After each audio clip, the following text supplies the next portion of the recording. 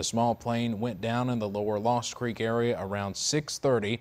WYMT's Tanner Hesterberg was there shortly after it happened. He talked to some witnesses and joins us now live with the very latest information. Tanner? Steve, we just don't know a whole lot of information at this point about the moments before the crash, but we've been on the scene with investigators since right after the crash happened as they comb through the wreckage and try to piece together what caused this plane to go down. Police and firefighters from several agencies are gathering as much information as they can about this deadly crash and also taking precautions to make sure fuel spilled from the plane does not catch fire. Silas Miller lives nearby and rushed to the wreckage when he heard the plane go down.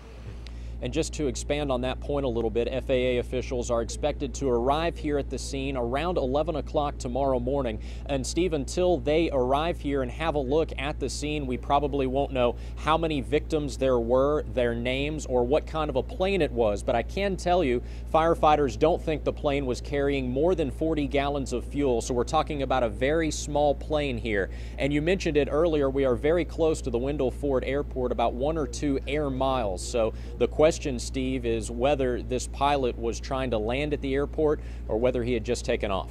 And Tanner, two of the teams in this Final Four, Kentucky and Duke, played in what many people call the greatest college basketball game ever back in 1992. And you were able to talk with a player who played in that game. Of course, everybody remembers that as the Laettner game. Christian Laettner hits the game-winning shot, negates what would have been the game-winning shot by Sean Woods as Duke beats the Unforgettables, defeats Kentucky. Just heartbreak all across Big Blue Nation. A lot of people remember Laettner. Not as many people remember the guy who threw the pass. Remember, it was Grant Hill who hit Laettner with that pass. Hill, of course, went on to have a very successful NBA career after being a star at Duke, and Grant Hill is now an analyst for CBS Sports. He will call the Final Four this weekend with Jim Nantz and Bill Raftery, and earlier today he was gracious enough to sit down for an interview with me. Tanner Hesterberg, it's the first time Kentucky has played Notre Dame in the NCAA tournament since back in 1970, a game I'm sure many diehard Wildcat fans remember quite well. A little before our time, but you mentioned diehard fans. There's so many UK fans here in Cleveland to cheer on the Cats, hoping to get them to a Final Four, Josh, and obviously amongst those fans are some pretty diehard fans, and I talked to one today whose allegiance can never be questioned. Thomas Younts doesn't mind being judged by his appearance because it reveals what he wants everyone to know, his love for the University of Kentucky. Everybody else, you know, has a UK tattoo on their arm or something other on their body somewhere. That's the reason I went with my face, my hands, to be different. Senate, WYMT's Tanner Hesterberg is with the Democrats in Frankfort. He joins us now live. Tanner?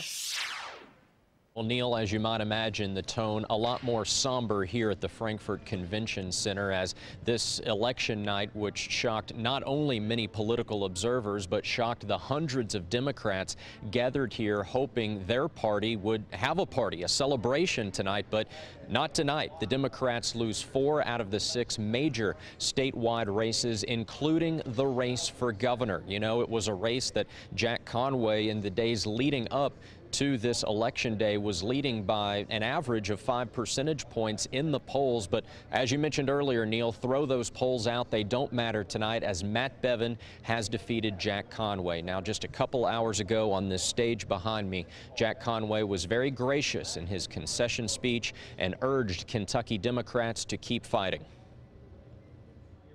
There were a couple bright spots for the Democrats on this election night as Andy Beshear captured the Attorney General's race, narrowly defeating Whitney Westerfield, and it was a special moment for him as his father, incumbent Kentucky Governor Steve Beshear, got to introduce him on the stage, and of course Democrat Allison Lundergan Grimes defending her post as Kentucky's Secretary of State. And it was Secretary of Grimes who perhaps came up with the quote of the night for Democrats when she said, "Tomorrow we begin rebuilding our party here in Kentucky." And after tonight's results, it's apparent the Democrats certainly have some rebuilding to do. Neil and Steve.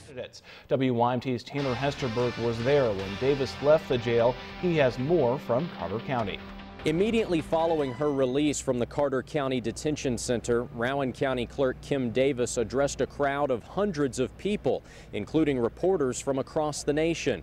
Davis at times was too emotional to even speak, but she did manage to offer some words of encouragement to her supporters.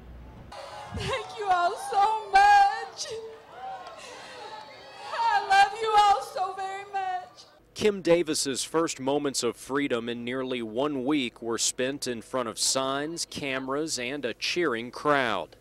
This is the Kentucky Law Enforcement Memorial. Inscribed on these tablets are the names of 525 law enforcement officers in Kentucky killed in the line of duty, names going all the way back to the 1800s.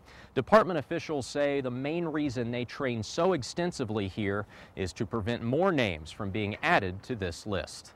And to show how easily a situation can escalate, instructor Jeff Knox simulates what should be a routine traffic stop.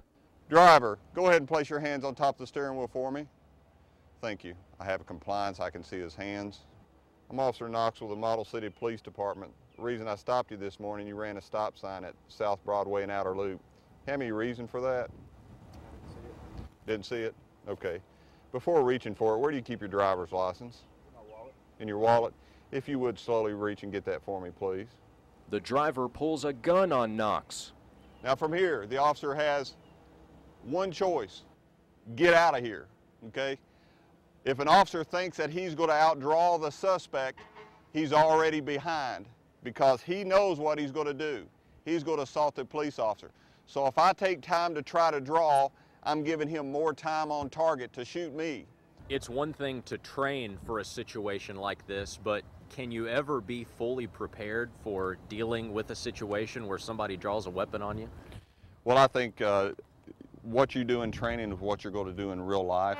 Jan Asher, a former player, assistant coach, and teacher at Leslie County, fulfilled one of her dreams by doing commentary for a Lady Eagles broadcast on WKIC. I'm not going to be coaching anymore. I'm not going to play anymore, of course. And I just liked the game of basketball. And, you know, I thought that would be something interesting to do.